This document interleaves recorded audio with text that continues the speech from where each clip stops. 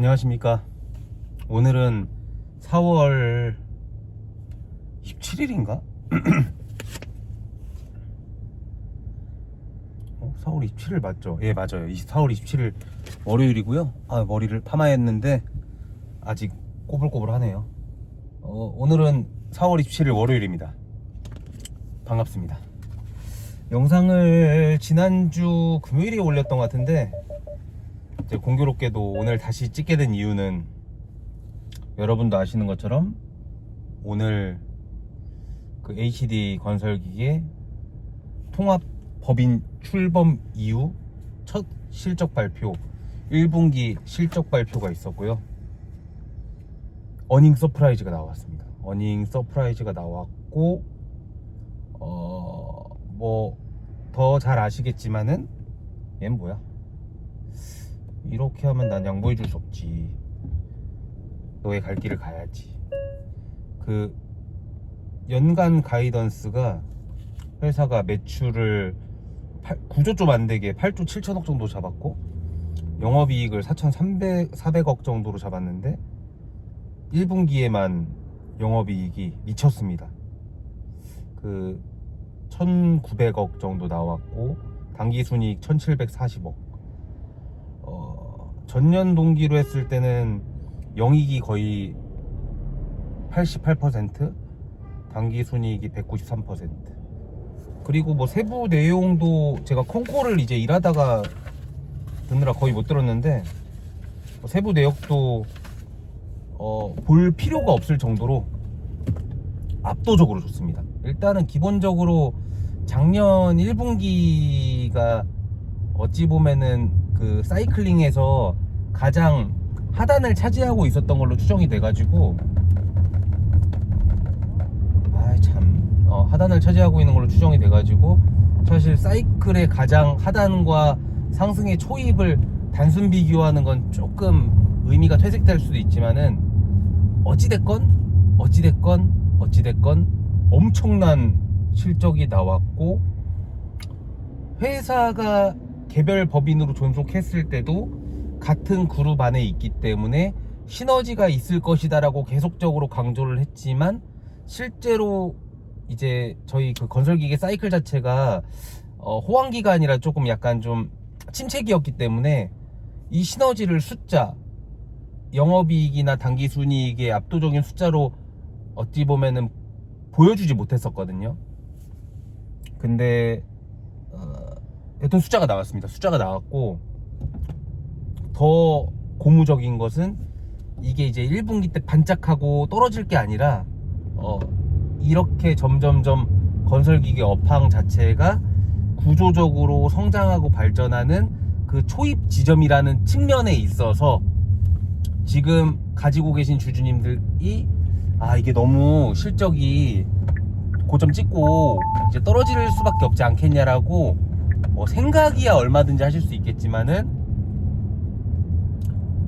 제가 잘은 모르겠지만 제가 추정컨대 정말로 이제 어찌 보면 반도체가 사이클이 한번 들어가면은 그 구조적인 그 어떤 퍼포먼스의 상승을 멈출 수가 없는 것처럼, 건설기계 쪽도 지금 업사이클의 초입에 들어왔다. 그래서 이 숫자가 엄청나게 고무적이지만은 이게 시작이 될 것 같다라는 그런 느낌이 들었습니다. 그래서 장 외에 제가 확인한 걸로는 한 10% 좀 넘게 올랐던 것 같고요. 실적 발표하는 동안에 널뛰기를 하긴 했지만 아직 그 뭐랄까 거래량이 터지진 않았던 것 같아요. 제가 봤을 때가 한 150만 주인가 거래량이 발생했던 것 같은데, 평상시 동사의 어떤 거래량이 50에서 60만 주, 100만 주가 좀 안 됐던 걸 감안을 했을 때 실적 발표에 대한 어떤 결과로서 거래량이 터졌다고 말하기에는 아직까지는 약한 것 같습니다. 이게 왜냐면은 어찌됐건 오후 4시에 발표를 했기 때문에 정규 장이 종료된 이후에 어떻게 보면 실적이 반영이 돼서 아마 거래량이 지금 당장은 유의미하진 않지만, 아마 이제 내일 아침에 각 증권사들이 앞다투어서 이제 애널리스트 보고서를 작성해서 아마 공시를 할 거고, 그렇게 되면서 이제 아마 목표가 자체가 좀 수정이 많이 될 거예요. 아까 제가 초기에도 설명드렸듯이 회사의 가이던스 자체가 지금 뭐 매출이야 뭐 매출액이야 뭐 우리가 4분기까지 가야지 달성할 수 있는 수치지만 영업이익을 거의 지금 1분기 때 절반 정도를 해버리게 된 거니까 가이던스도 분명히 수정은 해야 될 것 같거든요. 그래서 아마 회사들이 이제 이 회사에 대해 그러니까 그 증권 회사들이 HD 건설기계라는 이 회사에 대해서 추정했던 추정치 자체의 기초값 자체가 완전히 펀더멘탈이 바뀌어버려가지고 아마 목표가 자체가 좀 많이 수정돼서 나올 것 같고, 그리고 뭐 수급적으로 봤을 때도 그렇고 일단은 이제 20만 원을 주가가 넘어갔기 때문에 더 이상 이제 주당 그러니까 호가가 100원 단위로 조밀하게 있는 게 아니라 500원 단위이기 때문에 아마도 이제 상승을 할 때도 좀 더 상승폭이 커지겠죠. 그래서 뭐 30만 원까지는 좀 어렵지 않지 않을까. 물론 이제 연초에 제가 막 20만 원만 됐으면 좋겠다고 제가 막 빌었던 게 엊그제 같긴 해서 조금 약간 기시감이 들긴 하는데 실적이 이렇게 잘 나올 거라고는 예측한 사람이 있었을까요? 뭐 저도 이 회사를 굉장히 오래 트래킹했던 사람이긴 하지만은 내가 믿는 거랑 또 실제로 숫자가 이렇게 찍히는 거랑은 사실 많이 다르잖아요. 저도 기대는 했지만 이렇게까지 좋은 실적으로 보답될 거라고는 생각을 못했기 때문에 이제 물론 아쉬운 거는 이런 어떤 행복감을 인프라코어라고 하는 회사가 있었을 때 좀 누렸으면 좋았겠지만은 뭐 그거는 제 욕심인 것 같고, 이제 인프라코어는 이제 죽은 자식이니까 보내고 남은 이제 HD 건설 기계와 아름다운 좀 미래를 꿈꿔야 되지 않을까. 지금 저는 8,300주 그대로 있으니까 지금 거의 18억을 넘겼던 것 같은데 30만원 83, 24, 25.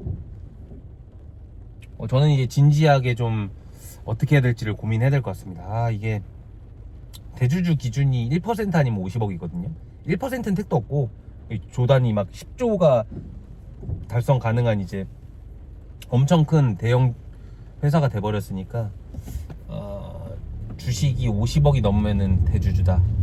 50억 당연히 안 넘겠지만 여튼 너무 뭐랄까 기분이 좋은 게,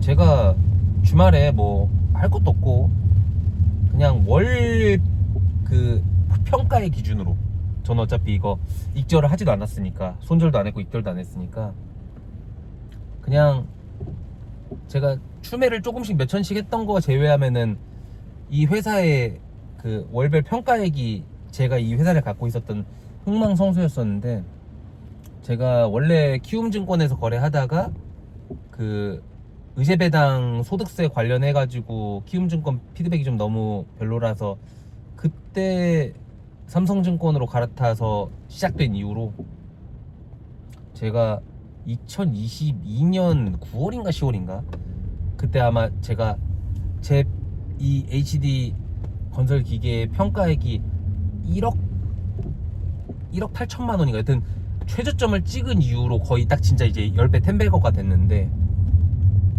많은 일들이 있었고 뭐 주식이 불로소득이라고 말하는 사람도 있겠지만은 결국 이 가격까지 올 수 있었던 인내의 이유는 이 회사를 얼마만큼 아느냐였던 것 같아요. 그냥 사실 주수가 많지 않고 내가 투자하는 금액이 크지 않으면은 무지성으로 가가지고 텐베거를 먹을 수 있어요.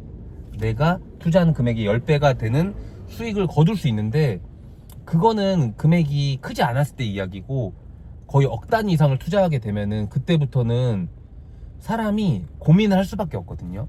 이 회사에 대해서 이해도가 명확하지가 않으면은 금액이 커서 막 몇 억 단위로 막 움직이게 되면은 이거를 그냥 온전히 갖고 있어서 텐베거를 먹기가 사실은 일반인은 쉽지가 않습니다. 근데 제가 지금 그 텐베거를 향해 가고 있어서 꿈 같은 얘기고 말도 안 되는 얘기지만, 저는 회사를 그만두면은 뭔가 좀 동기부여 또는 재테크 관련해서 좀 뭔가 쉽게 안전하게라는 표현이 그렇다. 쉽게 그리고 재미있게 그리고 잘 투자를 할 수 있는 저만의 기술, 물론 이 저만의 기술을 제가 만약에 사람들한테 이야기한다고 했을 때 따라할 수 있는 사람도 많지 않겠지만, 사람들이 주식 투자를 약간 좀 돈 놓고 돈 먹기, 약간 갬블링처럼 생각하는 게 있잖아요. 저는 그런 것보다는 우리가 프로야구 구단을 응원하는 것처럼, 예를 들어 제가 연고가 대전이니까 한화를 응원할 때 이 한화가 1등을 할 때도 있었지만은 꼴찌를 할 때도 있었는데 그때도 응원을 할 수 있는, 그러니까 잘한다고 내 새끼, 못한다고 남의 새끼가 아니라 잘하든 못하든 내 새끼처럼 뭔가 반려주식처럼 이렇게 건강하게 꾸준히, 물론 그렇다고 해서 개잡주를 사면 안 되겠지만 이렇게 투자할 수 있는 방법들이 사실은 근로소득을 영위하는 직장인들한테는 가장 유리한 투자라고 생각을 하거든요. 내 시간을 갈아서 돈을 벌게 되는. 근데 막 내가 사고 팔고 하면은 돈을 버는 사람도 있겠지만 잃을 수밖에 없는 환경이잖아요. 왜냐면은 우리가 일을 하면서 장이 열려있는 9시부터 3시 반까지 온전히 몰입할 수가 없고, 우리가 일을 하면서 병행을 해야 되니까 적어도 스윙, 그리고 장기 투자가 어찌됐건 간에 건강한 투자고 오래 할 수 있는 투자라고 생각을 하는데, 제가 그 레퍼런스가 직접 되고 싶었거든요. 나름대로 이론은 빠삭한데, 그래서 그렇게 해서 돈을 번 사람이 있어라고 했을 때 뭐 존 보글, 뭐 예를 들어서 앙드레 코스톨라니, 워렌 버핏, 제 얘기가 아니니까 의미가 없잖아요. 왜냐면 내가 그 사람들 투자법을 다 아는 게 아니니까. 근데 제가 이민호라고 하는, 제가 투자를 해서 제 투자법을 이야기할 때, 그래서 그 레퍼런스가 뭐야 했을 때 제 계좌를 깔 수 있는 상황이 왔으면 좋겠다고 생각을 했는데, 그 상황이 좀 올 것 같아서 기분이 좋고. 제가 좀 말이 길었는데 주가가 막 갑자기 올랐다고 해서 내일 떨어질 수도 있고 내일 모레 떨어질 수도 있고 그냥 뭐 조정이 올 수도 있습니다. 이미 RSI 지수는 미친듯이 지금 높아졌어요. 80 몇인가, 하여튼 굉장히 고가격이라고 이야기를 하고 있지만은 이거는 제가 봤을 때는 이 회사의 가치 자체가 리레이팅 되는 과정이기 때문에 큰 의미를 두실 필요는 없다고 생각을 합니다. 저는 쭉 가져가시면은 하이닉스만큼 멋있는 주식으로 변모할 수 있다고 생각하고, 물론 이 회사 자체가 뭐 매출액이 막 100억, 200억 갈 수 있는 것, 100조, 200조 갈 수 있는 것도 아니고, 영업이익이 막 4조, 5조 갈 수 있는 거 아니니까 어느 정도 성장의 한계는 명징하겠지만은, 이 회사가 전통적인 굴뚝 산업주로부터 벗어나서 정말로 실적이 드라마틱하게 변모할 수 있는 성장성이 있는 회사라는 게 시장에서 뭔가 컨센서스가 형성이 되면은 지금보다는 훨씬 높은 퍼로 대접을 할 수 있을 거라 생각하고, 그럼 그만큼 우리가 먹을 수 있는 것이 있다고 저는 생각을 합니다. 다만 이건 어디까지나 제 생각인 거고요. 투자의 책임은 여러분들에게 귀속돼 있으니까 같이 가시면 좋겠지만, 같이 가지 못하고 익절하신다고 하더라도 익절은 언제나 옳다라고 저는 말을 하고 싶습니다. 뭐 하고 싶은 말은 많지만 앞으로 차차 하도록 하고, 여튼 다시 한번 모든 주주님들 축하드리고 앞으로도 좀 같이 재밌게 투자했으면 좋겠습니다. 영상 마치겠습니다.